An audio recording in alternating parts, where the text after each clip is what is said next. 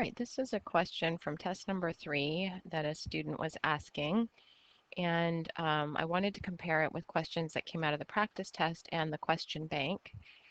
And so let's read the problem first. It says a population of values has a normal distribution with a mean of 172.2 and a standard deviation of 98.9.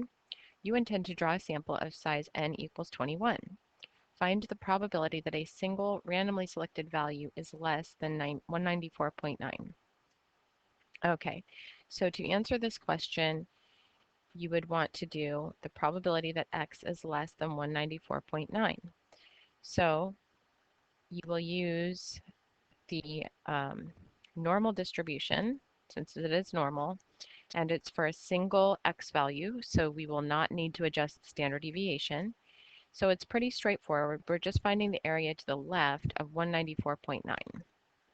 So the probability of an x value, let's see, let's do this. Hold on one second, I'll set it up and then. Okay, so I have a place for my given mean, 171.2, my standard deviation sigma, 98.9. And for the first part, we're just asked for the probability that a single randomly selected value is less than a certain boundary. So we're going to use norm.dist, and we'll use the x value, which is given as 194.9. Norm.dist with the x boundary and the mean and the standard deviation, and then 1 for cumulative. So that would be the answer you should have gotten there. And it looks like you rounded it off a little bit too much. So you did get it right, but it just wanted 4 decimal places instead of 3, which you may have already figured out. And the second part is where we're being asked for the probability that a mean is less than 194.9. So that one we would use norm.distribution. And this time we're doing a mean, so we're going to have to adjust the standard deviation to the standard error. So the x bar, the mean that we're testing, is the same, and they use the capital letter M for mean here. And then the standard error would be the standard deviation divided by the square root of n. This is by the central limit theorem. So n is 21 here. Let's see. And I might even put a place for my n. Make these smaller here so we can see what we're doing. 21. So that my standard error is the sigma divided by the square root of n, which is an L5. Okay, so now when I go to do my norm.dist, I'm just using the x bar and the mean and the standard error and 1 for cumulative.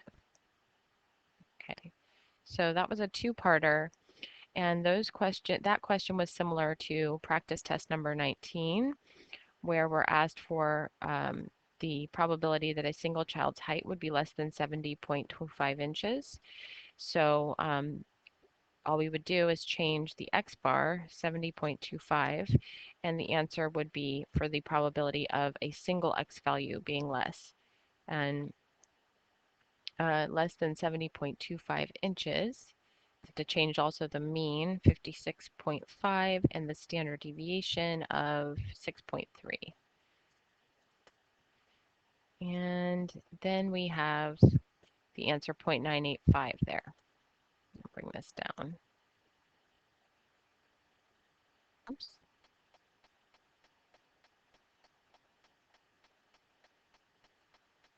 Come on down. Okay, and then the second part here is probability that a randomly chosen child has a height of more than 56 inches. So the only thing that's changed here is that the single child's height is 56 inches, and this is the probability to the left or less than, and the probability that the child's height is more than that would be the complement of the left area. So there we get the answer 0.532. Okay, and we'll go on and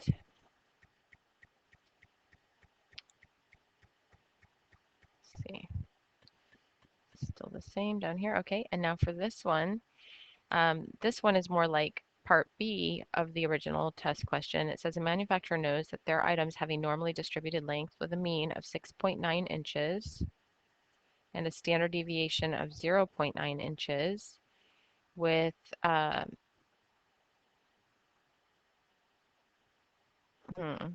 have a normally distributed mean of 6.9. One item to the web's probably that is less than 6 inches long.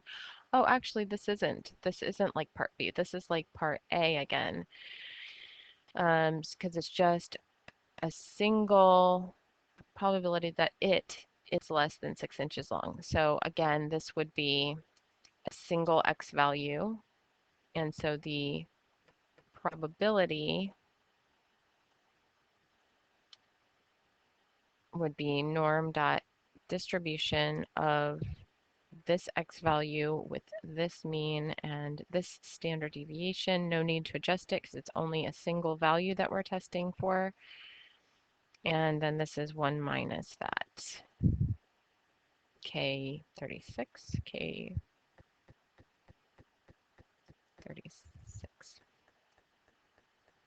So the area to the left is 0.1587, and since they asked for the probability that it was less, that would be the answer there.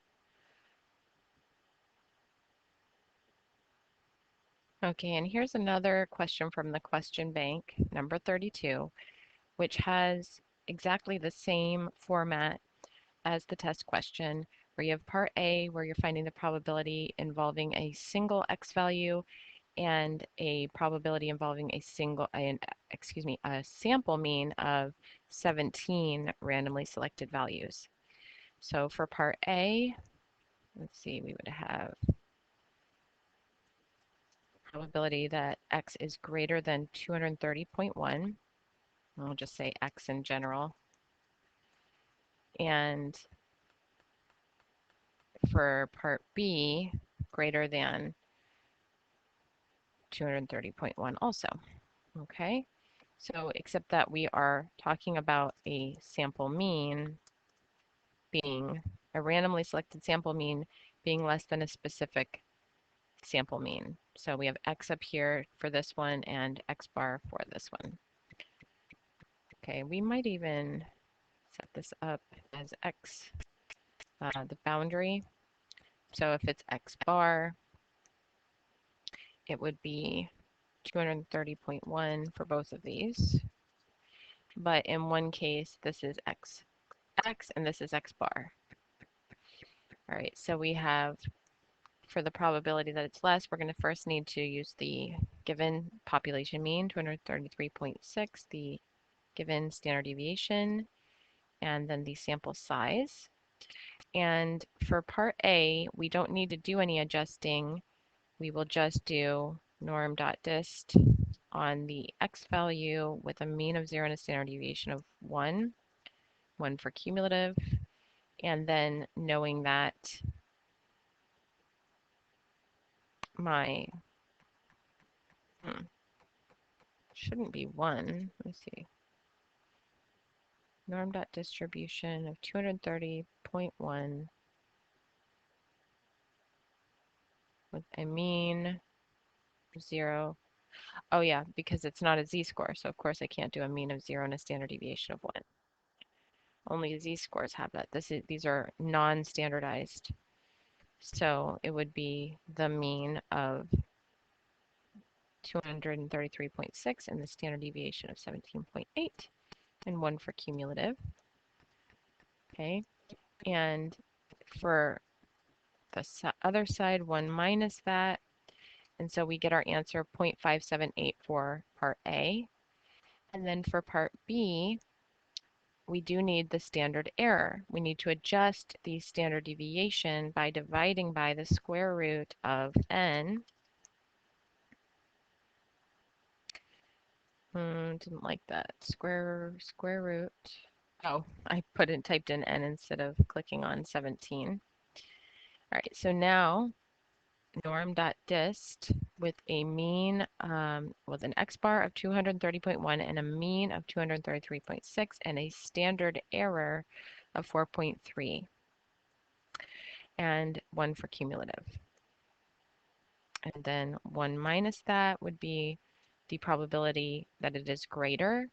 So that's how we get our answer for part B.